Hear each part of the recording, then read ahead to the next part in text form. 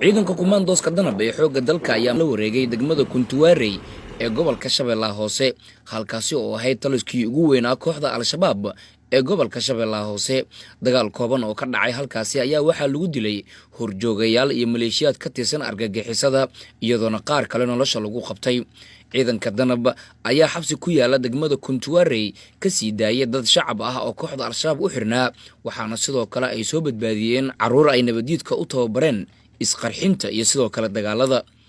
xilliga ciidanka kumaandooska gudaha ay u galayeen Kuntuwaarey waxa uu shir uga socday qaar ka mid ah horjoogayaasha Al-Shabaab kuwaasi oo qaarkood la dilay qaarna la dhaawacay halka kuwa kalena nolosha lagu qabtay. horjoogayaasha lagu dilay howlgalkan ayaa kala ahaa madaxa jugta culus ee gobolka Shabeellaha Hoose Maxamuud Axmed Gaboobe Raage Daariq, madaxa maaliyadda Kuntuwaarey Khalid Cumar Sariix, madaxa maxkamadda Kuntuwaarey iyo deegaanada hoos yimaada Muxsin Sheekh Cali iyo madaxa jabhadda ka howlgasha Kuntuwaarey Salaaxudiin.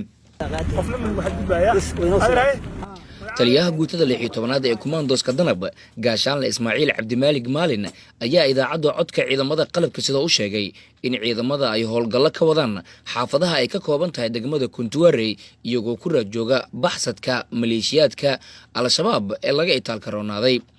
degmada Kuntuwaarey ayaa waxa ay ahayd goobta kaliya ee xoogga shabaabka ku haray, waxaana sidoo kale ciidanka danab kaabiga ay ku hayaan sablaale oo ay gaareen firxadka maleeshiyaadka isaga cararay degmada Kuntuwaarey.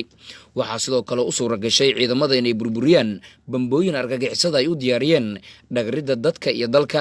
howlgalkan ayaa qayb ka ah qorshaha ciribtirka argagixisada Al-Shabaab ee xididada loo siibay iyadoo Al-Shabaab lagala wareegay furaha dagaalka. cabdifataax aqyaar, idaacadda codka ciidamada qalabka sida degmada Kuntuwaarey ee gobolka Shabeellaha Hoose.